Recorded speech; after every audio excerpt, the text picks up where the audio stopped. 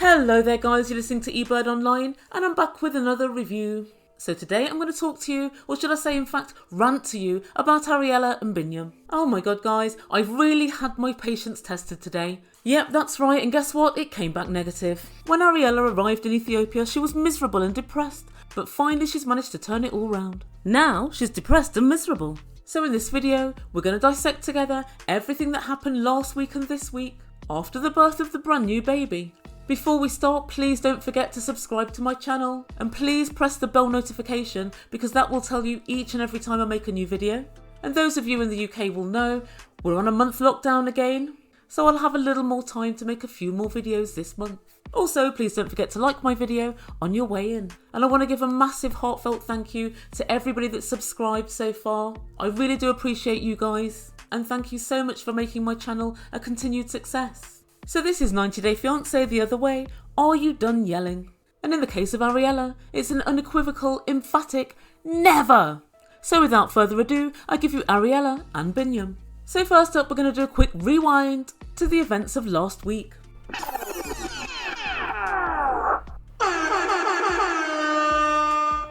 So we catch up with this couple 2 days after Ariela has given birth.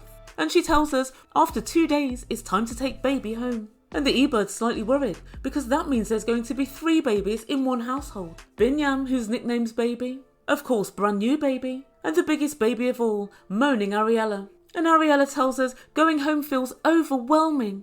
And she said she doesn't know what she's doing, but she's just going to have to do her best. And she says she finds it weird that you can just give birth to a baby and without them even checking if you know what you're doing, they just allow you to check the baby out of the hospital and go home. Ariela, I think it's fair to suggest that most hospitals would imagine that you'd done some reading or some research into what you're supposed to be doing before giving birth. And Ariela, who as we know wastes absolutely not one opportunity to moan, says to production, "It's going to be really difficult for me. I have to adapt to a new culture and a new country." Oh Ariela, you've forgotten a few more things. New boyfriend, new socio-economic structure. Definitely don't forget those. And a new family, oh, and a new language and religion. And coming up soon at a hospital near you, new car safety standards. And Ariela and Biniyam take the baby outside ready to go home. And Ariela says, "How are we getting home?" And he said, "My friend's come and he's going to give us a lift." And she said, "Does he have a car seat?" And Biniyam said, "Well, no, I don't think so. We'll put the baby on my knee. It's really not very far." And Ariela said, "Absolutely no way. In the US, we have to use a car seat. It's unsafe not to do so." And she said, "I'll go in the car and you can walk home with baby Mark 2. And I think it's fair to suggest that baby Mark 1 heard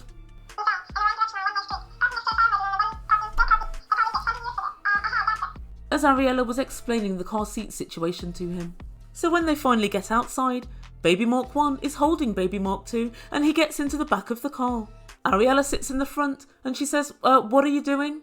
And he said, "Well, we're going home." And she said, "No, you're walking home. I'm going to drive home. You can walk. This is unsafe." And he says to her, "It's not unsafe. In Ethiopia, we do this the whole time. There isn't the big deal about car seats." And she said, "Absolutely not." And guys, she forces Biniyam to walk home with the baby.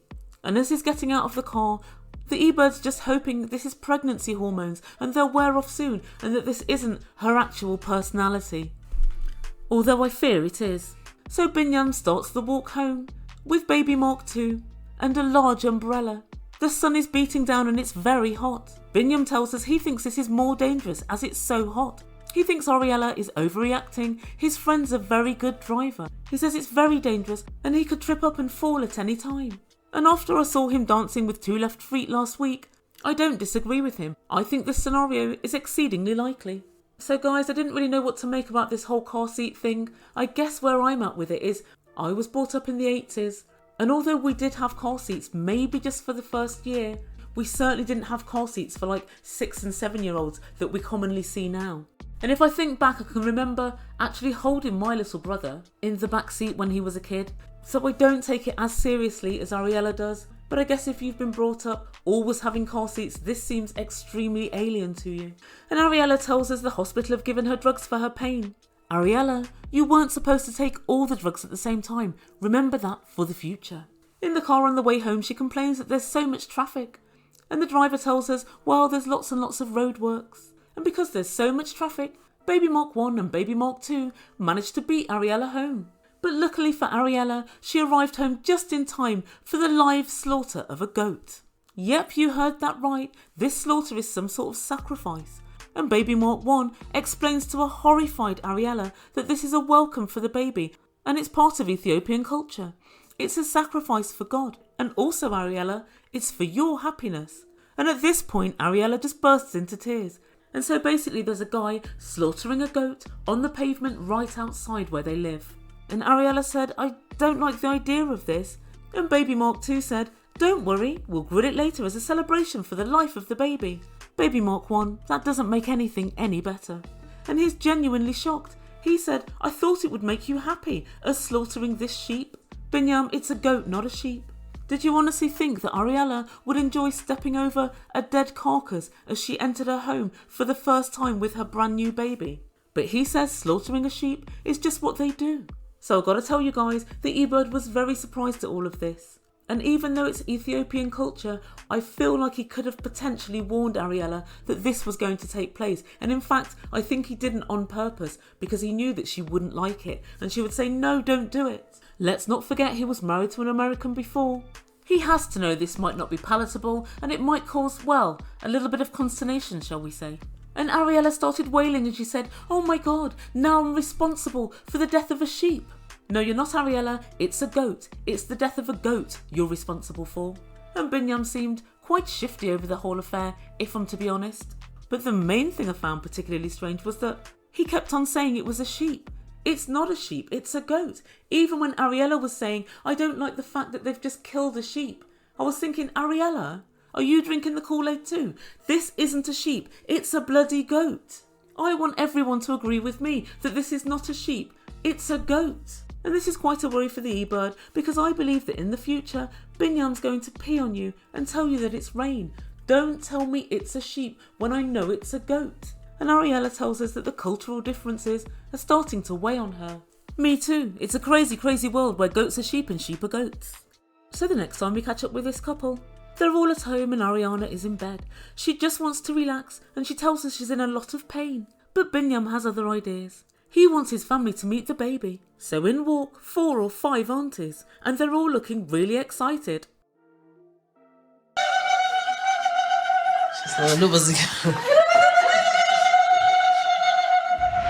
Ariela tells us this is absolutely the last thing she needs. However, Biniyam's baby sister explains that each auntie must hold the baby, otherwise the baby will get a sick stomach. And Ariela looks at his sister as if to say, if you guys don't leave, I'll get a sick stomach. And the aunties ask, when will the baby be baptised? And then Biniyam explains the baby can't be baptised at the moment because Ariela has to convert from Judaism to Christianity in order to get the baby baptised. And his aunties all laugh and say absolutely no, that's not the case. You can get the baby baptised just as long as she gives her consent. And guys, to be quite honest, when I heard this last week, I did think that's really strange.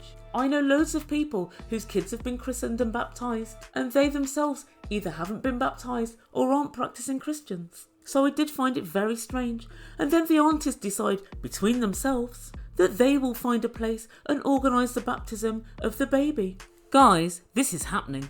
And with this, the aunties take their leave. And baby sits down on the bed and says to Ariela he wants the baby to be baptised and he wants her to do it for him. And she says she doesn't really believe in all of that stuff and she's not quite sure. But he's quite insistent and he tells her, I just want this one thing. If you do this, it will make me so happy. And she finally says okay. And by saying okay, she actually means leave me the F alone. And next time we see this couple, again they're at home and they're discussing the name for baby Mark 2. And they talk through different names. And she says, I want him to be called Aviel. Look at him, he looks like an Aviel. Avi for short. And then she says she knows it's really important in Ethiopian culture to name the son after the father. And so she's happy to give baby Mark 2 baby Mark 1's name as a middle name. So they both agree that his name will be Aviel Biniyam Shibre. Welcome to the world, baby Avi. And the whole time that this baby naming conversation was happening, Biniyam had his mind on something else. He said the most important thing to him is the baptism. And that's why I think he took an L on the name, because he's got one eye on making sure baby Avi is baptised. But of course, Ariela has other ideas. She says she doesn't believe in hell and that's why she doesn't like Christianity. And so in case you guys didn't know, Ariela's got a mixed background. Her mum is a Catholic and her dad's Jewish, but Ariela classifies herself as Jewish. And so I'm kind of guessing that this whole conversation took place 30 years ago between her mum and dad, so the whole thing's not completely alien to her. And she says she doesn't believe at all in Christianity and she doesn't like the idea of hell. And she thinks the concept of hell is very scary. Release Biniyam from it then please. But finally she agrees to the baptism and she says even though she's not comfortable at all, she doesn't believe it all anyway, and in fact she says it's silly. And this is my bugbear with Ariela. She has the worst case of centration I've ever known. She sees everything only from her own point of view. So in her mind, Christianity is silly. Okay, if that's what you believe, that's absolutely fine. However, why say it? Why say to somebody, your partner, who is a Christian, yeah, I think it's silly? I just find her exceedingly rude. And she goes on to say to production, if they want to splash water on his head and pretend he's going to heaven, well, I don't believe it anyway, so what? Well then Ariela, why did you make such a big bloody hoo-ha over it? And between you and me, I think there's another hoo-ha over this baptism that's yet to come. But Biniyam is so relieved that she's finally agreed, and he tells her thanks for everything, you've been amazing, you've made me so happy, and to be fair, I think he's quite genuine at this point. He's very, very good with the baby, it seems to me. When he looks at the baby, he looks at him with sheer, unadulterated love, and it's absolutely beautiful to see. And I'm starting to find this whole relationship really weird. It seems like every single decision that they have to make about the baby is a back and forth, a to and fro, a massive negotiation. And I wonder why, oh why, did they not talk about any of these issues before the baby came? I know the baby was an accident, so it wasn't ever likely to happen before she got pregnant. But knowing that you're pregnant, I would have thought that you'd say, right, let's get a few ground rules down. Let's look at where the areas of contention might be and what we have to agree on. So you're not agreeing all of this in the midst of hormones and in the midst of having a brand new baby. Last week I did a video on how unprepared they were and not having a carry cot and baby clothes and all that sort of thing. But they're far more unprepared than I even thought. They haven't thought one bit about how this relationship's going to work or what they want for this baby. And it seems to me that Ariela has given far more thought to Biniyam's lack of dreadlocks than she has to anything else regarding this baby. So next time we see them, the crappy couple are on the way to the hospital for baby Avi's first checkup. Ariela tells us she's really tired with breastfeeding, but she's never experienced a love like this before. What? Not even the sound of your own moaning voice? That's really something. And the baby has to go for one of its first injections, and then he's also going to be circumcised. And when Biniyam brings it up in the taxi on the way, Ariela's face turns to stone. And she tells us, even though in the Jewish culture we're supposed to have circumcisions, I'm really not sure about it. And she says sometimes it's done by a cleric, but as it's a medical procedure, I definitely want it to be done by a surgeon. I completely agree with that. Cutting off body parts is best done by surgeons. But as they sit in the taxi, the voices in Ariela's head get louder and louder. And she suddenly bursts out, I don't know if I want to do it. And she said, I think we should wait until the baby is older so he can decide for himself if he wants it or not. What happens if he's angry with me when he's older because I gave him a circumcision? And Biniyam said, don't worry, I'll take all the flack. If he starts kicking off about the lack of a foreskin, I'll be your fall guy. And Ariela said, thanks, that's nice to know. And Biniyam said, don't worry, he's not going to need it. Trust me. Trust you, Biniyam. No, thank you. And right on cue, baby Avi starts crying. And Ariela wonders if it's because he's hungry. And she said this baby is always hungry. And Biniyam said, well, you need to eat better so that you have good milk for the baby. And Ariela says, what makes you think my milk isn't good milk? And Biniyam explains she only drinks water and she doesn't have that much protein. You need more nutrients in your diet. And then Ariela says, Biniyam has this really bad habit of trying to control me. He tries to control what I eat, he tries to control what I drink, and he tries to control what I do. And when he starts, he just won't stop. Ariela says, I'm not hungry at the moment, I can't force myself to eat. You definitely can force yourself to eat. The Ebird does it 7 nights a week. Drop me a line and I'll let you know all my secrets. So what do you guys think about this? I think my position is, men are in the very unfortunate position of not being able to feed the baby. But obviously, it's as much Biniyam's baby as it is Ariela's. Let's just face fact. So I do think that he's got some say over what Ariela eats as it pertains to the baby. If she is just drinking lots and lots of water and she's not eating an awful lot, it's going to have an effect on what she's passing on to the baby. So I make him completely right. And even if he's not, he's doing it with the best of intentions. I don't think for 1 second he's trying to control what she eats. It would be an entirely different matter if he was saying, oh, try and lose the baby weight, watch what you eat. He's not. He's saying, I want to ensure that this baby is as well fed and has as many nutrients as is humanly possible. That's a natural thing for a father to do. She should actually be really pleased that he's noticed and he's pushing forward this narrative. And honestly, I think that in some ways, she's kind of gaslighting him. She's saying, oh, you're really controlling.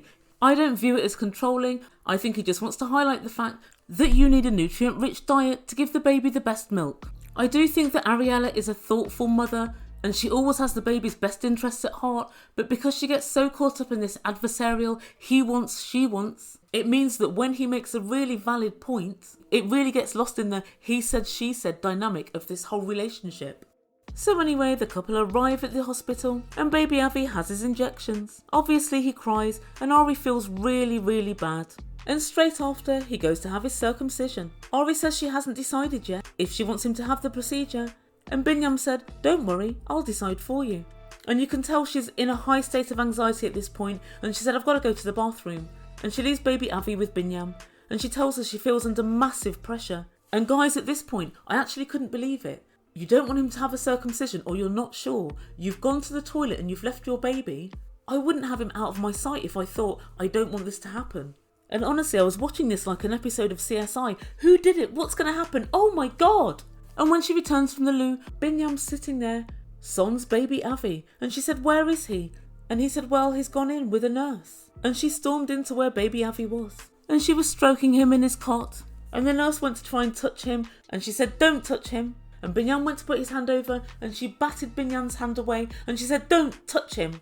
And then they physically bicker and fight over the top of the cot. It was unbelievable. And she said, I've decided I don't want him to have it done. He's peaceful for the first time today and I don't want him to be ripped from that peace. And Biniyam said, this is very important to my culture that we have it done.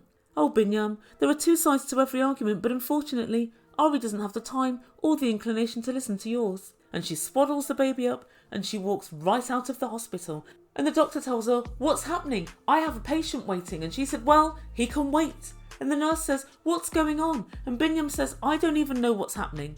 He ran after Ariela and he's fuming. He said she was rude to her elders and that she ran out without even saying anything. And he finally caught up with her in the car park and she's sitting with the baby in the car.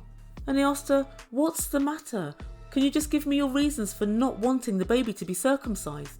And she looked up at him with a look of death. And she said, can you just stop being mean to me? I really don't want you to be mean to me anymore. And she said, you're always pressuring me to do things that I don't want to do. Please just let me do this my own way. And I'm sure he would, Ariela, if it wasn't 50% his baby too. You've said my baby, my decisions. It's not just your baby, it's both your baby. And I think that's where the bone of contention comes here with me and Ariela's position. I do think she's doing what she thinks is right for the baby, but she has to realise there are two people making this decision, and every decision. And Biniyam says, you're not making sense to me. If you do this early, the baby won't feel any pain. I don't know if that's true. I find that quite hard to believe. I think there's probably pain either way. But I also think it's very likely the baby won't remember it if it's so early. And so at this point I was really thinking, I'm really not sure what to think about this whole circumcision thing. I realise that all Jewish people have a circumcision. I don't really know about Ethiopia itself, but most African countries have their boys circumcised. And so I'm not really sure if I think it's a good idea to have it done immediately, or if people should wait and make their own decision. But where would we be without the Ebird and her snippets of information? So I called my younger brother, who had a circumcision for medical reasons, not religious reasons, when he was 6. And I literally called him up today to say, 1, can you remember having the circumcision? And he said yes. I said 2, do you remember the actual operation and did it hurt? And he said, I can't remember having it, but I remember discussion before I had it and afterwards that I had it, but I can't remember actually having the operation itself. And I said, do you remember it hurting? And he said, not at all. He doesn't think it did hurt because he just can't remember it. So I don't know if this means he had a local anaesthetic and it didn't hurt because of that, or maybe he's just blocked it out, I don't know. But he was 6 at that point, so I guess it's not mandatory that you have it at 2 weeks or whatever. So I guess that's pretty much all I've got to offer on this topic. It's a difficult one. Personally, if I were Biniyam, I'd just wait for her dad to come. He's Jewish, he's bound to want it done. And he's going to then have backup. That's what I would have done. However, Biniyam's still trying to struggle to understand what exactly has happened. And I think the reason that he's so in disbelief is that he thought they were just going to have the circumcision. They spoke about it on the way. And as he sees it, last minute she's decided, nope, I'm not going to do it. So I guess in some senses, it's confusing to him. And Ariela says he really gets on her nerves. And he doesn't listen to her and is starting to really irritate her. Oh, Ariela, he didn't mean to push all your buttons. He was just looking for mute. But Biniyam can see she's super stressed out and he said, okay, let's go home. You need to get some rest. And I think in the circumstances, it was the best thing to say all round. So guys, this video's overrun a little bit because there's so much to talk about. So this is the end of part 1. I'm going to upload part 1 and part 2 at exactly the same time. So as soon as you finish watching this, go back to my channel feed and you'll find part 2. And in part 2, I'm going to go over everything that happened this week. And then we've got an awful lot of talking points about this relationship. On your way out, please don't forget to smash the subscribe button. Also press like. And I'll see you on the other side. You've been listening to Ebird Online. Ciao for now.